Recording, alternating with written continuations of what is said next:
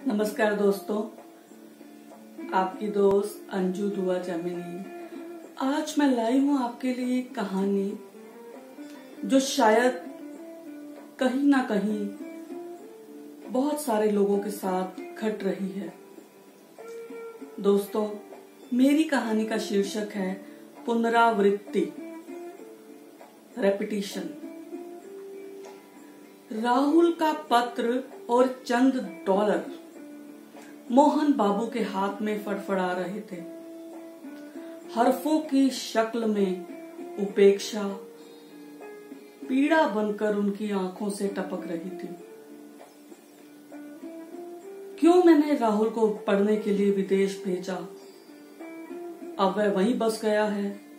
क्यों उसे इतना पढ़ाया लिखाया? पर दूसरे ही पल सोचते, यह तो मेरा फर्ज था, एक पिता का फर्ज। वे पुनः खत को देखने लगे। एक आंसू जो उनकी आंखों में अटका था, उससे आर पार उन्होंने एक बार खत का मजमून फिर देखा तो उन्हें यह अपना ही हस्तलेख यानी अपनी ही हैंडराइटिंग महसूस हुई। उन्हें तीव्र दंश का एहसास हुआ। झटके से आंखों में अटका वह आंसू पत्र पर गिर पड़ा और मजमून को गीला कर गया, जिसमें स्याही फैल गई। उन्हें 20 वर्ष पूर्व अपना लिखा खत याद आया जो उन्होंने बंगलोर से बाबूजी को लिखा था। उसमें क्या था?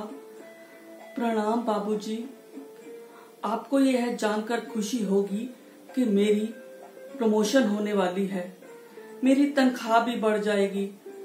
अब गुजारा मजे में हो रहा है और आपका मेरे घर वापसी का आग्रह मैं स्वीकार नहीं कर सकता। मैं सोच भी नहीं सकता घर वापस आने का।